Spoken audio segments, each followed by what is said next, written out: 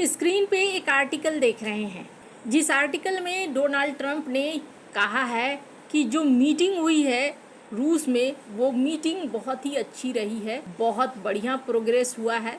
और मैंने अपने यूरोपियन दोस्तों को बतलाया भी है, हम लोग सब चाहते हैं कि ये युद्ध खत्म हो जाए और हम लोग उसी चीज़ के लिए काम कर रहे हैं। ऐसा लगता है कि ये मीटिंग से खुश हैं। इन सब के बीच में जनरल मुनीर अमेरिका पहुंच रहा है और दूसरी बड़ी चीज़ ये कि भारत और रूस ने धड़ाधड़ एक्शन लेना शुरू कर दिया है। जियोपॉलिटिक्स में बहुत कुछ चल रहा है। हमेशा की तरह वर्ल्ड मिरर के इस एपिसोड में जानने को मिलेगा बहुत कुछ, इसलिए वीडियो को अंत तक जरूर देखें। जिस तरीके से यहाँ दिख रहा है ट्वीट में, विटकॉफ अमेरिका से पहुंचे थे रूस और राष्ट्रपति पुतिन से मुलाकात हुई। कहा जाता है करीब 2 घंटे की मीटिंग हुई और इस मीटिंग के बाद डोनाल्ड ट्रंप खुश नजर आ रहे हैं। दरअसल डोनाल्ड ट्रंप पहले से कई बार रूस को युद्ध रोकने की बात कह चुके हैं, लेकिन कोई इनकी बात सुन नहीं रहा था। अब डोनाल्ड ट्रंप को गुस्सा आ गया है, तो अब अपना गुस्सा वाला वो रूप दिखला रहे हैं, जिसके बाद राष्ट्रपति पुतिन ने सोचा चलो अभी इस थोड़े दिनों के लिए शांत करें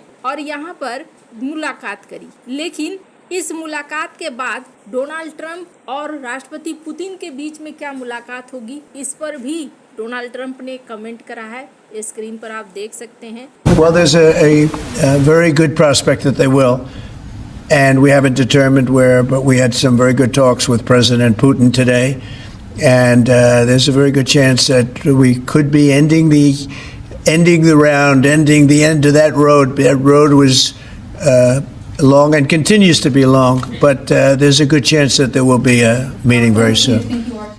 कहा इस हफ्ते में राष्ट्रपति पुतिन और डोनाल्ड ट्रंप के बीच में मुलाकात हो सकती है। क्या इसका मतलब ये है कि अब सब कुछ शांत हो जाएगा? हो सकता है कि थोड़े दिनों के लिए, जैसा मैंने कहा आपको कि एयरफोर्स का अभियान हो सकता है रूस रोक दे, ताकि डोनाल्ड ट्रंप भी ये माने कि चलो मेरी बात रखी गई है और डोनाल्ड ट्रंप का जो ये गुस्सा है शांत हो जाए। और हो सकता है कि जमीनी तौर पर लड़ाई जारी रहे। अब जो भी होगा, इन दोनों के मुलाकात के बाद कुछ न कुछ आउटकम तो जरूर आएगा। रूस की तरफ से पहले भी शर्तें बता दी गई थी, ऐसे में हो सकता है यूक्रेन के ऊपर अब दबाव बनाने की कोशिश करें डोनाल्ड ट्रंप। लेकिन सवाल ये खड़ा होता है कि इन सब के बीच में क्या भारत और अमेरिका के बीच में कुछ बदलेगा? तो मैं आपको बता दूं, पहले भी मैंने कहा है कि डोनाल्ड ट्रंप ये सब कुछ एक रीजन से नहीं कर रहे हैं, कई कारणों से कर रहे हैं। और अब अमेरिका और भारत का रिश्ता ना वापस से ठीक होने के कगार पर दिखता नहीं है, और इसके पीछे कारण है भारत का एक बड़ी आर्थिक शक्ति के रूप में उभरना, साथ ही ताकतवर देश के रूप में उभरना। तो अमेरिका नहीं चाहेगा कि एक और चाइना उसके सामने खड़ा रहे। पहले ये कोशिश की जा रही थी कि भारत को रूस से हटाकर अपनी तरफ लाया जाए, लेकिन इसके लिए ना अमेरिका सॉफ्ट पावर का इस्तेमाल कर रहा था। और अब क्या पावर है? अब डोनाल्ड ट्रंप का है कि तुम मेरी तरफ हो कि उसकी तरफ हो। हालांकि मेरी तरफ भी हो तो इस पे ऐसा नहीं है कि अमेरिका का रवैया अपने सहयोगियों के प्रति बहुत अच्छा रहता है। अब भारत का वक्त आ गया कि भारत साइड चुने, और इसी बीच अजीत डोभाल पहुंच गए रूस। इसका मतलब ये है कि भारत ने अपना साइड चुन लिया।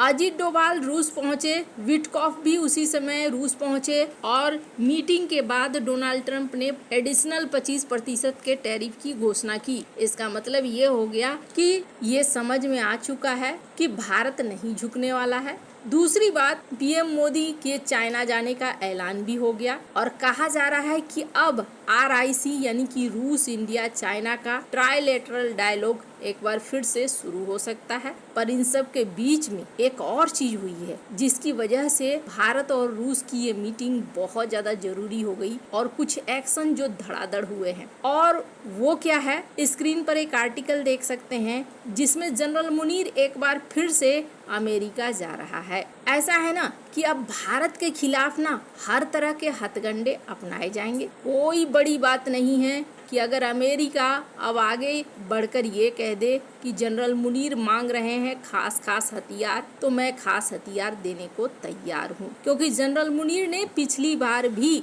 हथियारों की डिमांड कथित तौर पर करी थी, और इनके एयरफोर्स के चीफ जब गए थे तो कथित तौर पर उन्होंने भी हथियारों की मांग की थी। तो कोई बड़ी बात नहीं होगी कि यहाँ पर अमेरिका ये कह दे मुनीर को कि हम आपको ये हथियार वो हथियार या ये पैकेज वो पैकेज दे रहे हैं। अब आगे रिश्ते उसी तरफ होते हुए दिख रहे हैं। और दूसरी बड़ी चीज, मौके का फायदा तुर्की भी उठा रहा है। स्क्रीन पर एक आर्टिकल देखिए। तुर्की और पाकिस्तान की नौसेना इस वक्त युद्धाभ्यास कर रही है पाकिस्तान के पास में। जब ऑपरेशन सिंदूर चला था तब भी ये पहुंचे थे। यानी पाकिस्तान को इस वक्त तुर्की का भी सपोर्ट है, काफी पहले से है, लेकिन तुर्की अब इनकी नौसेना को मजबूत करने की कोशिश में लगा हुआ है। जियोपॉलिटिकल ऑर्डर बहुत तेजी से बदल रहा है और भारत इस चीज को बहुत अच्छे से समझ भी रहा है। इसलिए भारत ने एक्शन भी उसी रफ्तार में लेना शुरू कर दिया है। जिस तरीके से भारत और अमेरिका के रिश्ते खराब हुए हैं ना, अभी आसपास आपको और भी बहुत सारी चीज जैसे जैसे वक्त बीतेगा वैसे वैसे देखने को मिलेगा। अब ये सब कुछ 24 अगस्त भारत और अमेरिका के प्रतिनिधिमंडल के बैठक पर निर्भर करेगा। हालांकि पीएम मोदी ने अपने भाषण में साफ कर दिया है कि वो एग्रीकल्चर, डेयरी वगैरह का क्षेत्र खोलने वाले नहीं है। अब है अमेरिका की बारी, क्या भारत के साथ रिश्तों को पूरी तरीके से खराब करता है या फिर चीजों को अब संभालता है। पर इस बीच भारत खतरे को भांपते हुए बहुत तेजी से कदम बढ़ा रहा है। पिछले 24 से 48 घंटे में बहुत सारी चीजें हुई हैं। स्क्रीन पर एक तस्वीर देख रहे हैं। कल मैंने आपको बताया था कि रूस में जो भारत के राजदूत हैं उनके और रूसी जनरल के बीच में बैठकें हुई और ये बैठक काफी महत्वपूर्ण बताई जा रही है। हथियारों से रिलेटेड और डिफेंस से रिलेटेड ये बैठक हुई है। इसके बाद पहुंचे हैं अजीत डोभाल और इसी बीच कई सारे सहयोग की भी घोषणा हुई है। कहा जा रहा है भारत और रूस के बीच में कई सारे एग्रीमेंट भी साइन किए गए हैं, जिस एग्रीमेंट में डिफेंस से लेकर रेयर अर्थ मटेरियल तक सब शामिल है।